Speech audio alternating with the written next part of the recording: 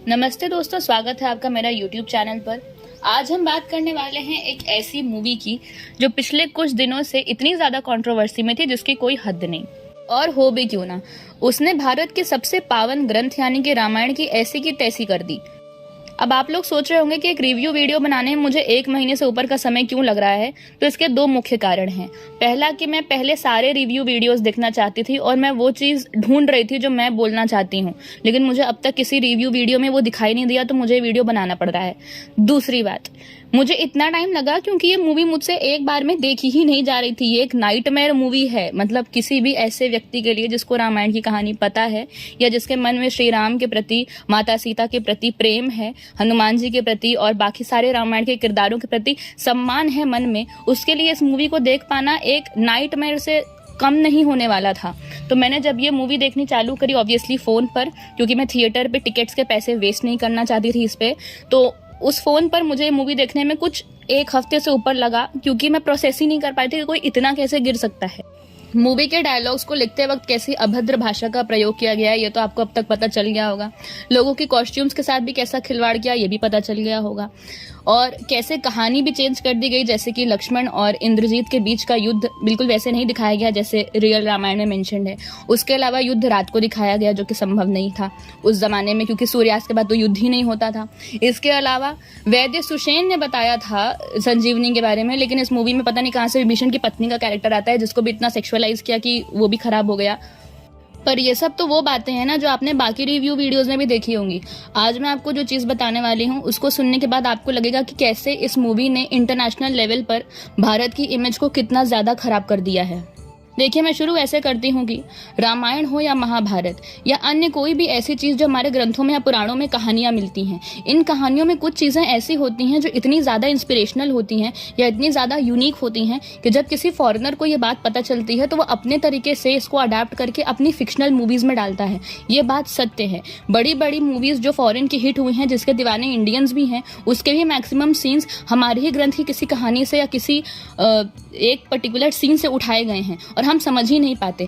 जैसे कि एवेंजर्स की एज ऑफ अल्ट्रॉन वाली मूवी अगर आपने देखी होगी तो उसमें एक सीन आता है जहां पर थॉर के हैमर को सब उठाने की कोशिश कर रहे होते हैं। At the end Avengers end game में कैप्टन अमेरिका थॉर के हैमर को उठा भी लेता है, लेकिन ये उठाने की कोशिश करने वाला सीन, ये आपको क्या लगता है कहाँ से इंस्पिरेशन ली गई होगी? अंगद के पैर से। रामायण में वो सीन आता है जब अंगद अपना पैर रावण की सभा में जमा देता है और बड़े बड़े योद्धा उनके पैर को हिला नहीं पाते। इसका मतलब आप समझ रहे हैं कि फॉरेन की हिट हुई मैक्सिमम मूवीज, मैक्सिमम सीरीज जो सबसे ज्यादा पॉपुलर हुई, उसमें भी कई ऐसे सीन्स हैं जो हिंदू धर्म ग्रंथों से उठाए गए हैं।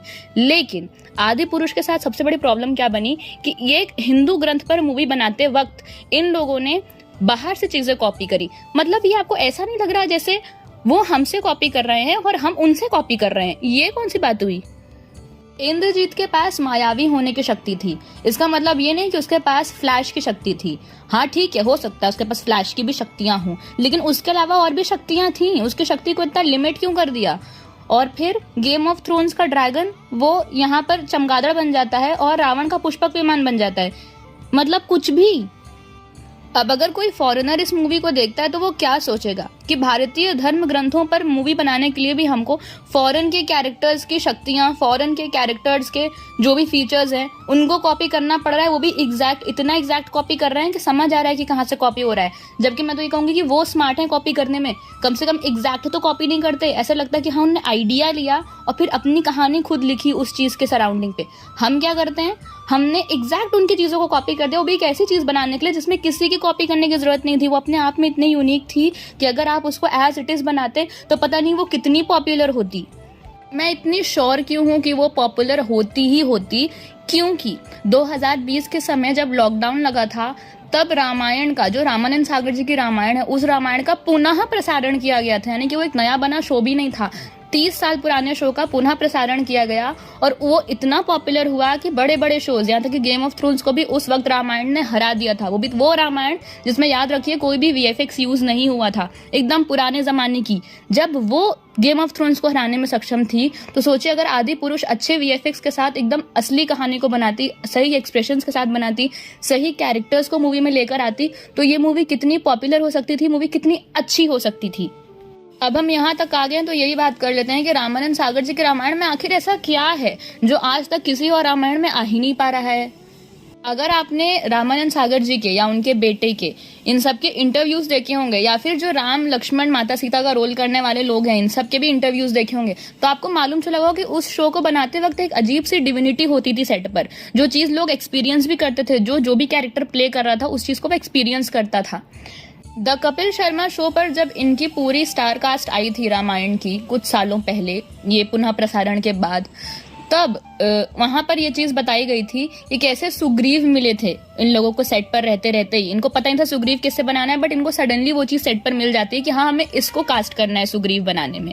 वैसे ही अभी रिसेंट में एक बहुत ही ज्यादा वीडियो पॉपुलर हो रहा है एक महात्मा जी का, जो ये बात बताते हैं कि काक भुषुंडी वाला सीन रामायण में कैसे शूट हुआ था, किस तरह रामानंद सागर जी ने एक साधारण से कौवे को भी जाकर पूजा था, क्योंकि उनको लगा था कि ये भगवान का ही एक संकेत है जो उनको मिल रहा है अपने शो को बनाने के लिए। तो आप समझ रहे हैं कि इस टाइप के शोज को अगर आप बनाना चाहते हैं, रामायण हो, महाभारत हो, श्री कृष्ण पे कहानी बनानी है या माता पर कहानी बनानी है, शंकर जी पर कहानी बनानी है, इन सब पर जब आपको स्टोरी बनानी होती है तो आपका प्राइम फोकस होना चाहिए पैसे कमाना नहीं, ये आपका प्राइम फोकस नहीं होना चाहिए। आपका प्राइम फोकस होना चाहिए कि कैसे हम ईश्वर की आशीर्वाद को लेने के बाद इसको शुरू करें। देखो, छोटा से छोटा भी काम जो भगवान को पोर्ट्रे करने का है या फिर जिसमें भगवान संबंधित हैं, ऐसी चीजों को बनाने से पहले यदि आप ईश्वर का ही आशीर्वाद नहीं लेंगे तो वो सफल नहीं होगी। घर में जागरण या कीर्तन भी करने बैठते हैं ना, तो हम पहले भगवान का आवाहन करते हैं, भगवान से आशीर्वाद लेते हैं, उसके बाद आरंभ करते हैं, ना कि आप उनकी कहानी बना रहे हो, वो भी एक मूवी बना रहे हो जो पूरे देश में, पूरी दुनिया में रिलीज होने वाली है, और आपने उनका ही आशीर्वाद नहीं लिया, आपने उनके चरित्र को ही नहीं समझा और आप निकल गए बनाने। रामानंद सागर जी ने बहुत ज्यादा गहन अध्ययन किया था रामायण का, और अलग अलग रामायण का, वाल्मीकि रामायण का भी किया था, रामचरितमानस का किया था, फिर कंबाइन करके उन्होंने एक शो बनाया। जो भी उन्होंने किसी की प्रेरणा से बनाया, भगवान को पहले याद किया, पहले भगवान की पूजा अर्चना की, उनको समझा, तब बनाया। इस तरह नहीं कि सिर्फ पैसे कमाने के लिए मात्र वीएफएक्स डाल के हम रामायण बना लेंगे। वीएफएक्स भी खैर इतना अच्छा नहीं था, बट स्टिल चलो मैं मानती हूँ कि हाँ आज के जमाने के हिसाब से था वीएफएक्स, बट कहानी तो नहीं थी ना। रामानंद सागर जी के रामायण क्यों हिट हुई ये तो आपको अब तक समझ में आ गया होगा। इसके पीछे स्वयं भगवान का ही आशीर्वाद था। लेकिन आदि पुरुष इतनी फ्लॉप कैसे हो गई? पहले तो इसके कुछ वैसे कारण डिस्कस करते हैं जो कि सबको दिखाई दे रहे हैं, फिर मुख्य कारण बताएंगे। तो जो सबको दिखाई दे रहे हैं उनमें से सबसे इंपॉर्टेंट कारण की कास्टिंग बहुत खराब थी। इन्होंने बाहुबली के तर्ज पर प्रभास को श्री राम तो बना दिया, लेकिन उनका जो सबसे मुख्य उनकी स्माइल, उनके भाव थे, वो ही मिस हो गए। देखो, अगर आपने अरुण गोविल जी के इंटरव्यूज भी देखे होंगे तो उन्होंने भी क्या बोला था कि मुझे कास्ट किया गया था मेरी स्माइल की वजह से। मेरी स्माइल में एक अजीब सी डिविनिटी दिखाई दी थी डायरेक्टर को, तो उनको लगा कि मुझे ही श्री राम बनाना चाहिए। तो जो बताओ, उतनी हिट रामायण का राम बोल रहे हैं कि मुझे मेरे स्माइल की वजह से कास्ट किया, और आपने इतनी बड़ी मूवी में उनकी स्माइल ही गायब कर दी। माता सीता के कपड़े, हनुमान जी का गेटअप, लक्ष्मण तो कुछ बोल ही नहीं रहे थे, और लेकिन इन सब से भी ज्यादा अत्याचार जिनके साथ हुआ है वो है लंका वाले लोग। लंका में तो सबकी जो हालत खराब की गई है कि मुझे स्पेशली इस मूवी को देखने के बाद लंका वालों पर ज्यादा तरस आ रही थी कि भाई इतने भी बुरे नहीं थे। जो भी था, रावण महान थे, महान इसलिए थे बिकॉज उनकी वजह से भगवान को धरती पर अवतार लेना पड़ रहा है, भगवान को 14 वर्षों तक जंगल में भटकना पड़ रहा है। क्यों? रावण को मारने के लिए ना ये लीला करनी पड़ी। तो अपने जीवन में इतने कष्ट लेने पड़े किसी को मारने के लिए, तो जिसको मार रहे हैं बड़ा महान तो होगा ही ना, ये तो सोचो कम से कम। उसके साथ इतना अन्याय। आता है मूवी फ्लॉप होने का मुख्य कारण। फ्लॉप क्या, ये मूवी इस कगार पे पहुंच गई कि शायद इसको बैन भी करना पड़ जाए, और मैं दिल से चाहती हूँ कि मूवी बैन हो जाए, मैं नहीं चाहती मूवी कंटिन्यू करे। तो इसका फ्लॉप होने का मुख्य कारण है वो जो हर थिएटर में एक सीट हनुमान जी की रखी गई थी ना। मुझे लगता है हनुमान जी ने सच में इस मूवी को देख लिया है, और अब उनका लग गया है श्राप इस मूवी को, क्योंकि ऑब्वियसली जो भी सीन्स इसमें दिखाए गए उसके बाद उनका श्राप तो लगेगा ही। सिर्फ उनको ही हटा दो, बाकी लोगों के साथ जो दिखाया गया उसकी वजह से भी श्राप लग जाएगा उस मूवी को।